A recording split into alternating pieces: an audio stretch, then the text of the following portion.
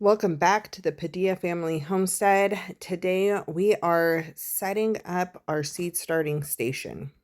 I'm going to be going over with you what I'm using, why I'm using it, and kind of show you this whole process and show you where we are with our seed starting. I will say that I already started my seeds. You're not going to see that in this video, and I explain at the end of the video why that happened.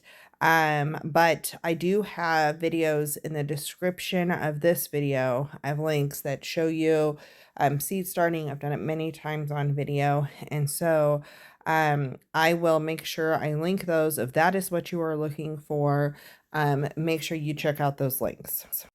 For now, though, let's talk about what I'm doing. So I got this big silver rack from Sam's Club. It was about $100, and I am probably going to adjust the where the shelves are later on this year in the season. But for now, this works.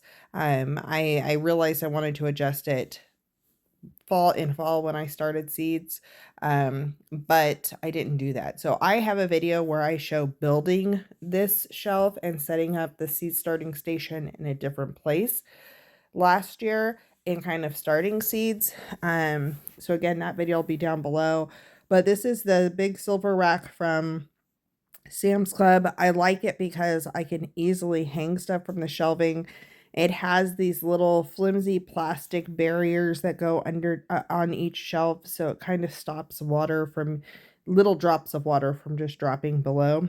I got my lights. They're 4-foot shop lights that are daylight bulbs, 5,000 lumens, and I got them from Atwood, and that's just a local place here, and they connect into each other. So each shelf I have connected in to each other.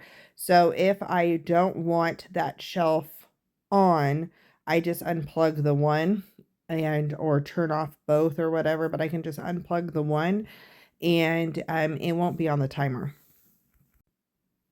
I do 2 of the shop lights that are 5,000 above the plants.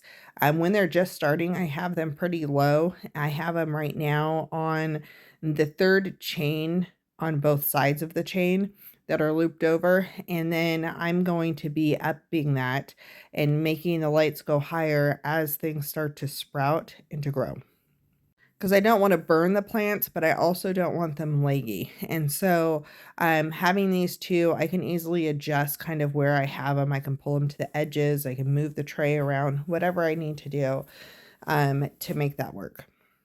My extension cord is plugged into a timer on the wall, and so everything plugged into that extension cord should come on at 8 a.m.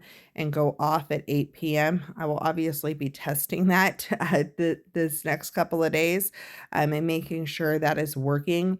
And then I also have a heat mat plugged in. Right now it's plugged in for the timer. That will not be the case. I need the heat mat overnight on that one tray. So I will make sure that I have that plugged in separately. I decided to use some magnetic clips and hang what I've started in each seed tray. I have this paper that I like to use. This one's hand drawn, but I'm going to get the computer one back out and print that once I hook up my printer. And I really like using this system. I've used it for a few years, and I'm going to end up laminating it and creating something that I can use throughout all the seasons. I watered my trays, and now it's time to get up close and show you what's going on. Actually, I'm going to turn off the fan for this. So let me take you for a little tour of our seed starting that is way late. This tray right here should have been started about a month ago, but it's better late than never. We have a long enough growing season that we should be fine. So this is what's in that tray. I have my peppers, tomatoes, celery, basils, dill, okra, chives, and parsley. Anything that's tagged with blue is my best friend's. Anything tagged with green is for me. And That's how I keep track of what is what right now while they're in these seed trays. And then when we up pot them, if we end up up potting them, then they will go into a larger tray and get individually labeled. This one has all of our greens, so Swiss chards, kales, collards, mustards, agastaches, chamomiles, nasturtiums, let's see, zinnia, calendula, and some cilantro and some comfrey, hopefully. So that's what's in this one. I did keep this stuff separate because for right now we keep our house a little cooler, and so I put a heat mat underneath this tray. I need to readjust how this heat mat is set up though. I also need to make sure it's getting warm. It's an older one. But this right now is on a timer, and I don't want that to be the case. I really want the heat mat on at night, not necessarily when I have the lights on. So I will be adjusting that. This tray is going to eventually be all microgreens, but right now it's, let's see, cabbage microgreens, cilantro for my friend to take, broccoli microgreens, my lettuce that I'll split out, lettuce for my friend to split out, and then mint and marigolds that we're gonna split out and share. So that's right now what's in here. And once I start doing microgreens fully, then I will be sharing this process more. But I do really like this. And then it's easy for me to check on the watering and everything else with these. I'm excited. I do have a fan on. I'm going to have a fan on the bottom shelf as well. But right now, I need to just have the fan on the top one. I need to get the cord for the bottom one. So I'm going to get this turned back on. I'm going to get these plants. We had a frost last night. So I'm going to get these plants popped back outside so they can get some sunshine and warmth, and get going on my next project for the day. So I actually wanted to sit down with you and talk to you about a couple of things regarding to the seed starting. One, I really wanted to take you guys along with me with seed starting, but I do have previous videos that I will tag below. With the storms that we had roll through and my work schedule, and then us being sick and all the things, I didn't get these started when I wanted to. I was planning on starting my seeds and then having my friend come over and we would start hers together. But it didn't work out. And so I chose to make sure that I spent quality time with my friend starting seeds. And we started all of ours together and made a day of it for a few hours. And then I'm just showing you guys the setup and the following videos and so forth. But I do have previous videos that I will tag in the description below for you that I have done all kinds of seed starting with. And I have done them mostly the same, but slightly different. I will go over a couple of the tips and things that I have that I do now that may be slightly different from those videos. But the other thing is I'm late starting them. So why start them? Why not buy them? I am going to gauge how these go. I already had the seeds and I already had the soil. So cost effective wise, it is much more cost effective. I have been putting slowly money into seeds for years, and I can spend $3 on a pack of seeds versus $3 on one plant. And so I try really hard to do the seeds. The other thing is that we have a long enough growing season that I should be good. Now, if I'm questioning peppers especially, if I'm questioning, then I may try to buy some. The hardest thing is though, I really want these varieties. I really want habanadas. I really want the natapinos, the corbaci peppers, and habanada, natapino, corbaci, and I did banana peppers. Banana peppers I can buy anywhere, and then shishito was the other one I did. And so I can probably get shishito, and I could probably get banana peppers. I can probably get a jalapeno because I did last year. But I cannot find habanadas and I cannot find the corbachis. And so we'll see. We'll see what happens. If they start, they start. If they don't, they don't. But I still have time because our estimated lost frost is April 20th about. And so today it is April 8th. We started these on April 7th, so I should have started these like beginning of March. But I'm not going to put these out April 20th. I'm not even going to try to put them out like the first week of May. I'll probably put them out the second week of May. And hopefully they will grow well outside once they're outside. I need the temps to consistently be up and so forth. The other thing that I may play around with depending on how they start is tomatoes. There's a couple of ones that I really wanted, like Berry's Crazy Cherry. Like I really want that tomato. I love that tomato. It's a cherry tomato. And I really want to have Dr. Witchy's grow, or White Cheese, or whatever it is. But my Arkansas Traveler, I think I can get local.